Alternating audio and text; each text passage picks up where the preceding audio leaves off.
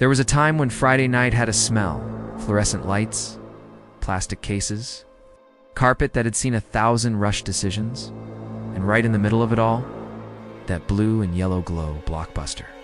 But here's the question most people never ask. What if that feeling was actually a trap? You walked in excited, you walked out happy, and then something strange happened. A clock started ticking in your head, not loud, not urgent, just enough to follow you all weekend.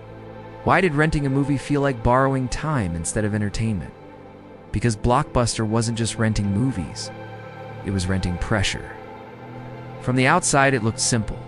Buy DVDs, gives rent them, gives repeat, but underneath, there was a hidden system quietly printing money. And it didn't depend on movies at all.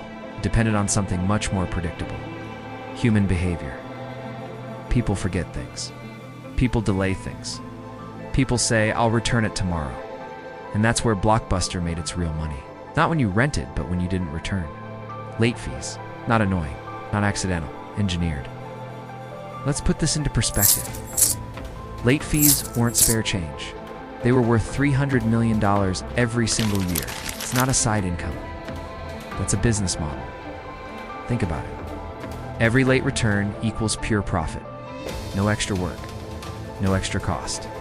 Just time passing. What kind of company walks away from that? Exactly. And that's where the problem started. Because once your business depends on something, you stop questioning it. Now imagine this. You're running Blockbuster in the early 2000s. Thousands of stores, millions of customers, cash flowing in every weekend. Then someone shows up and says, "What if we remove late fees completely?" Sounds stupid, right? That company was Netflix. But Netflix didn't attack Blockbuster's stores. It attacked their pain point. No late fees, no deadlines, no stress. Movies just showed up at your door. What happens when convenience beats control? People don't complain. They switch. Now here's the moment that feels unreal today. Netflix walked into Blockbuster's office and offered to sell itself for $50 million, and Blockbuster laughed. Think about that. The company that would later destroy them was once small enough to be dismissed. But here's the real twist.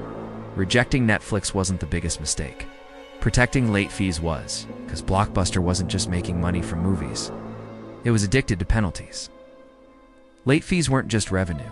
They were expected revenue, planned revenue. What happens when your profits depend on frustrating your customers? You can't remove the frustration, even if you want to.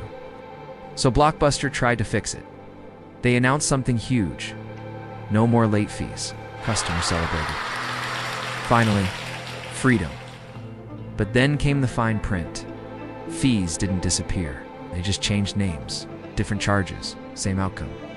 And that's when something broke with the system. Trust. Here's the dangerous moment in any business.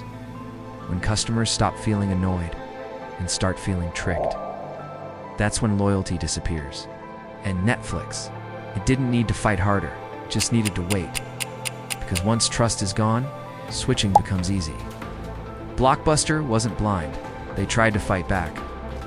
Online rentals, mail delivery, in-store exchanges. It was actually a smart idea. So why didn't it work? Because they were fighting two battles at once. Build the future. Protect the past, and you can't do both forever. Inside the company, things got messy. Executives were arguing, investors pushing, and leadership changing. And while they debated, time kept moving. Netflix didn't need to destroy Blockbuster.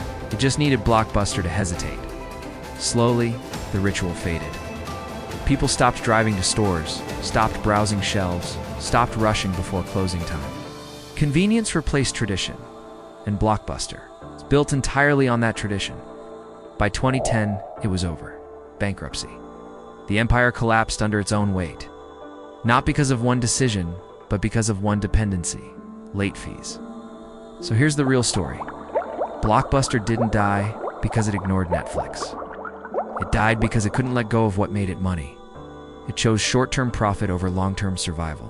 Now think about this. If you were in that room in 2000, what would you have done? Buy Netflix? Or protect the system that was already working? Drop your answer below. If you want more stories like this, hit subscribe, because the next one might be about a company making the same mistake right now.